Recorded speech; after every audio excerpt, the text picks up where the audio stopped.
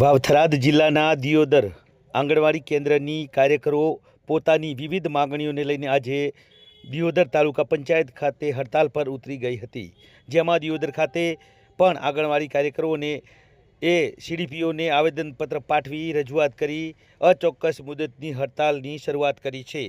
આપ જોઈ રહ્યા છો આ દ્રશ્યો વાવથરાદ જિલ્લાના દિયોદર તાલુકાની ત્રણેય ઘટકની આંગણવાડી કાર્યકર અને તેડાગર બહેનો પડતર પ્રશ્નોના નિરાકરણ માટે હડતાલ પર ઉતરી છે, જેમાં આજે તમામ કાર્યકરો બહેનોએ તાલુકા પંચાયત કચેરી ખાતે દેખાવો કરી વિરોધ નોંધાવ્યો હતો અને આંગણવાડી કાર્યકરોનો મુખ્ય પ્રશ્ન છે કે કોર્ટના ચુકાદાનો અમલ, કાર્યકર અને તેડાગરને માનદ વેતનમાં મુક્તિ કરી વર્ગ 3 અને વર્ગ 4માં સમાવેશ તેમજ મોબાઈલ ફોન પર પૂરા પાડવાનો સમાવેશ થાય। હું આંગણવાડી કાર્યકર તરીકે ફરજ બજાવું છું। છેલ્લા અમુક બહેનો 25 વર્ષથી બી નોકરી કરી રહી છે અને નવી બી લાગી છે, એમનો પણ પગાર એનો એ જ છે 10,000 અને જે આજે હાજર થાય છે એમનો પણ 10,000 જ છે।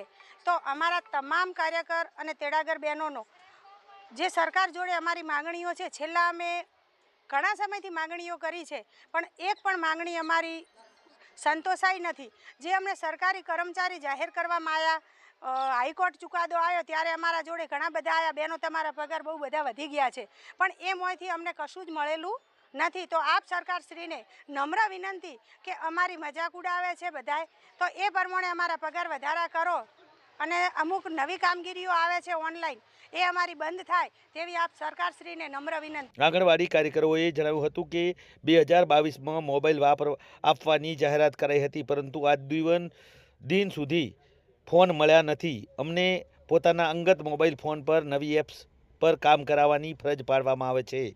તેમને એવીટી એપને બિનઉપયોગી ગણાવી આવા પ્રયોગો બંધ કરવાની અપીલ કરતા આંગણવાડી કાર્યકરોએ જણાવ્યું હતું।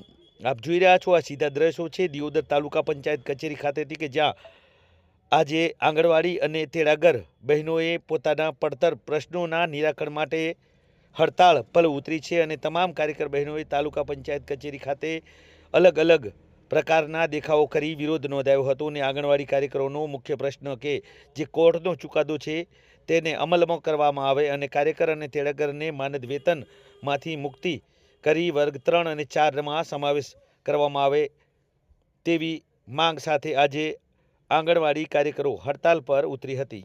મારું નામ દેસાઈ કમુબેન, તાલુકો દિયોદર। આજે ભાજપ સરકારે 2025-26નું બજેટ બહાર પાડ્યું છે, એમાં અમારા આંગણવાડી કાર્યકર અને તેડાગર બહેનોનું કોઈ માનદ વેતનનો ખુલાસો કર્યો નથી। એના માટે અમે આજે તાલુકામાં સીડીપીઓ સાહેબને આવેદનપત્ર આપવા આવ્યા છીએ।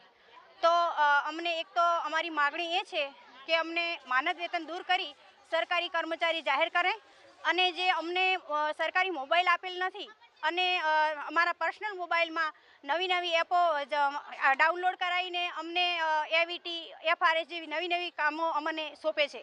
એટલે અમારું જે શોષણ થઈ રહ્યું છે એ દૂર કરી અને અમને સરકારી કર્મચારી જાહેર કરે અને જે હાઈકોર્ટનો ચુકાદો છે લાગુ કરે, એના માટે અમે આજે બધા આખા દિયોદર તાલુકાના ઘટક 1 ને 2ના બહેનો બધા ભેગા થયા છીએ તાલુકા મથકે અને અમારી માગણી સંતોષાય એવી આશા રાખીએ છીએ।